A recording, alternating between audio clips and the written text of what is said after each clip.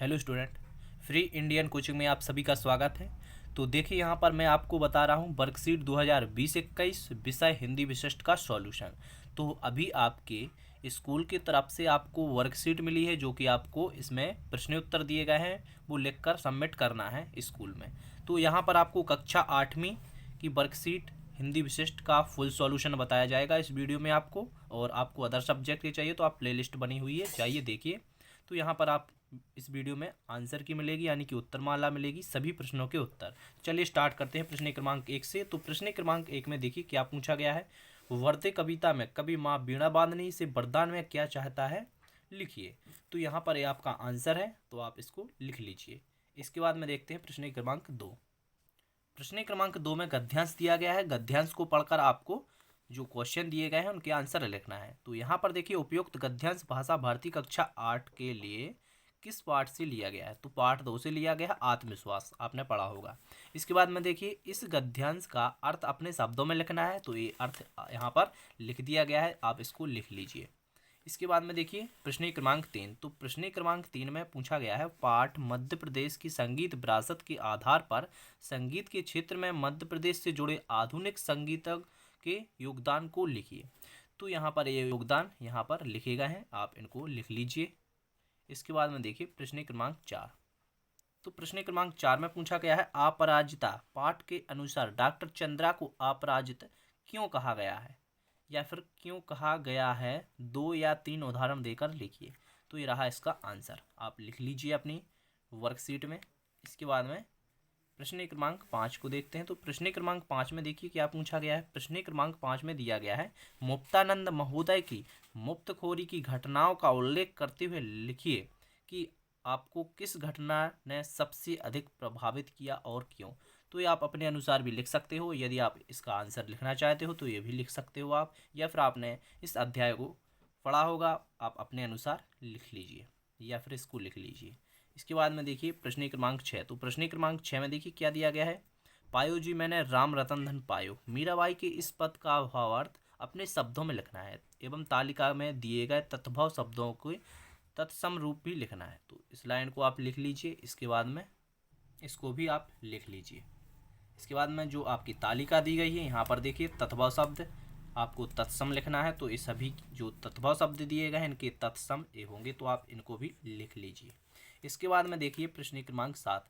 आप वीडियो को रोक कर लिखते जाइए, ठीक है, या फिर आप स्क्रीनशॉट भी ले सकते हो।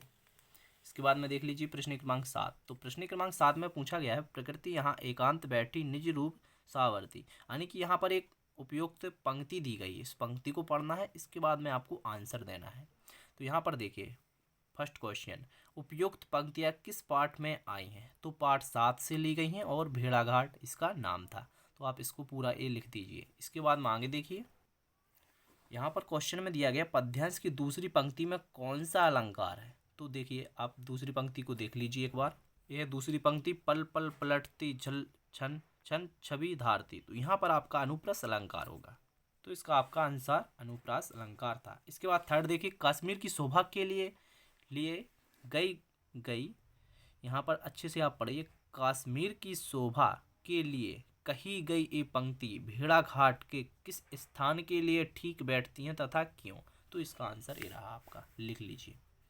इसके बाद में आगे देखिए प्रश्न क्रमांक 8। तो प्रश्न क्रमांक 8 में क्या पूछा गया है, गणतज्ञ ज्योतिषी आर्यभट्ट पाठ में वर्णित आर्यभट्ट ये ग्रंथ की खोज किसने की थी, इस ग्रंथ के बारे में आप क्या जानते हैं, लिखिए। तो ये रहा आपका आंसर। इसके बाद में देखिए आगे छोटा नागपुर क्षेत्र में अंग्रेजों के विरोध में हुए आंदोलन में शहीद बिरसा मुंडा की भूमिका को लिखिए।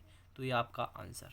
इसके बाद में आगे देखिए बाकी का आंसर ये रहा यहाँ पर, इसको भी आप साथ में लिख लीजिए। इसके बाद में देखिए प्रश्न क्रमांक 10।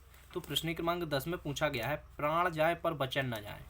तो इस प्रकार यहाँ पर ये नारा था, प्राण जाए पर वृक्ष न जाए के अनुसार अमृता देवी के योगदान के बारे में लिखिए और उसके चिपकू आंदोलन की तुलना कीजिए।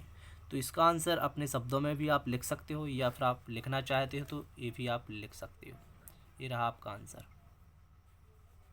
इसके बाद में देखिए आगे प्रोजेक्ट कार्य प्रश्न क्रमांक 11। तो यहाँ पर प्रश्न क्रमांक 11 में निर्दिष्ट कार्य अपने गांव या शहर अथवा उसके पास में उपस्थित प्रमुख सार्वजनिक स्थानों की जानकारी निम्नानुसार संकलित करना है आपको। तो यहाँ पर आप अपने अनुसार भी लिख सकते हो, क्योंकि आपको अपने गांव या शहर के अनुसार इसमें नाम और घर से दूरी लिखना है। तो आप अपने अनुसार लिख लीजिए, ठीक है। इसके बाद में देखिए यहाँ पर, क्या आप अपने आसपास के चिकित्सालय में गए हैं, आपने वहाँ कौन कौन से उपकरण देखे, वो भी लिखना है, तो आप लिख सकते हो। इसके बाद में देखिए, अपने आसपास के किसी बैंक या डाकघर में जाकर पैसे को जमा करने या निकालने की प्रक्रिया बताना है यहाँ पर, तो इस प्रकार आप लिख सकते हो।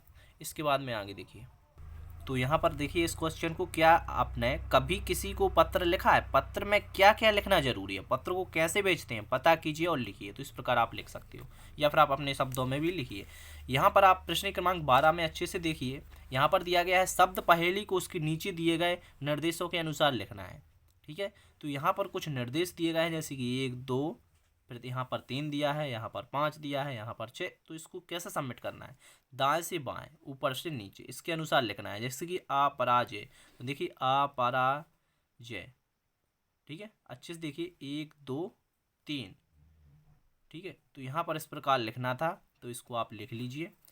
तो ये था आपका हिंदी का। इसके बाद अदर सब्जेक्ट का चाहिए तो आप हमारे चैनल की प्लेलिस्ट पर जाइए, वहाँ पर आपको मिल जाएंगे। और यदि आप चैनल पर नए हो तो इसे सब्सक्राइब जरूर कर लीजिए।